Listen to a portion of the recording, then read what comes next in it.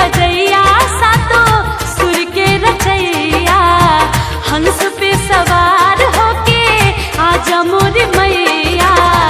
विनती हजार करतानी सुनी है मैया शारदा भवानी। वीणा के बजैया सातो सुर के रचैया, हंस पे सवार होके आजा मोरी मैया।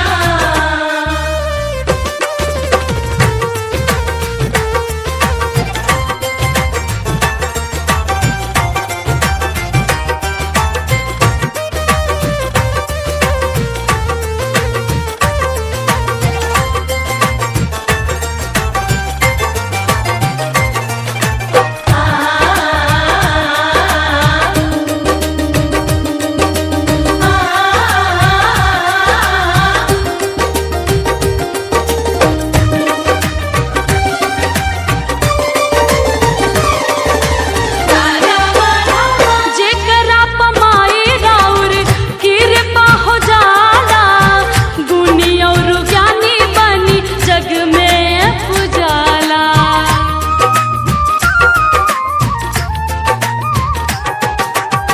स्वर में तुझे करा समा जालू माई, सुर सरगम के ऊ ज्ञाता कहाला। मूर्खों भी बन जाला ज्ञानी सुनी है मैया शारदा भवानी।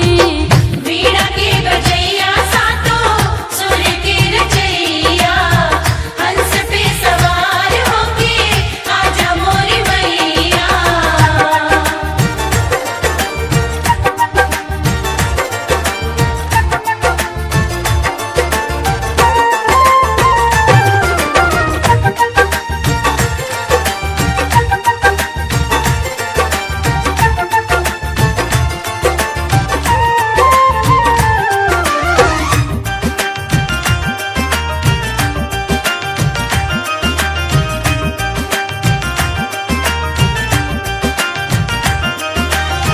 सूर्यदास कालिदास के कवि बनैलू, वाल्मीकि जी से तू रामायण लिखवैलू।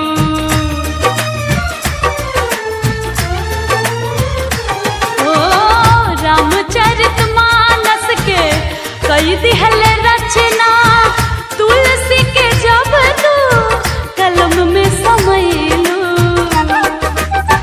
कहे अनु कितना बखानी सुनी है मैया शारदा भवानी। वीणा के बजैया सातो सुर के रचैया,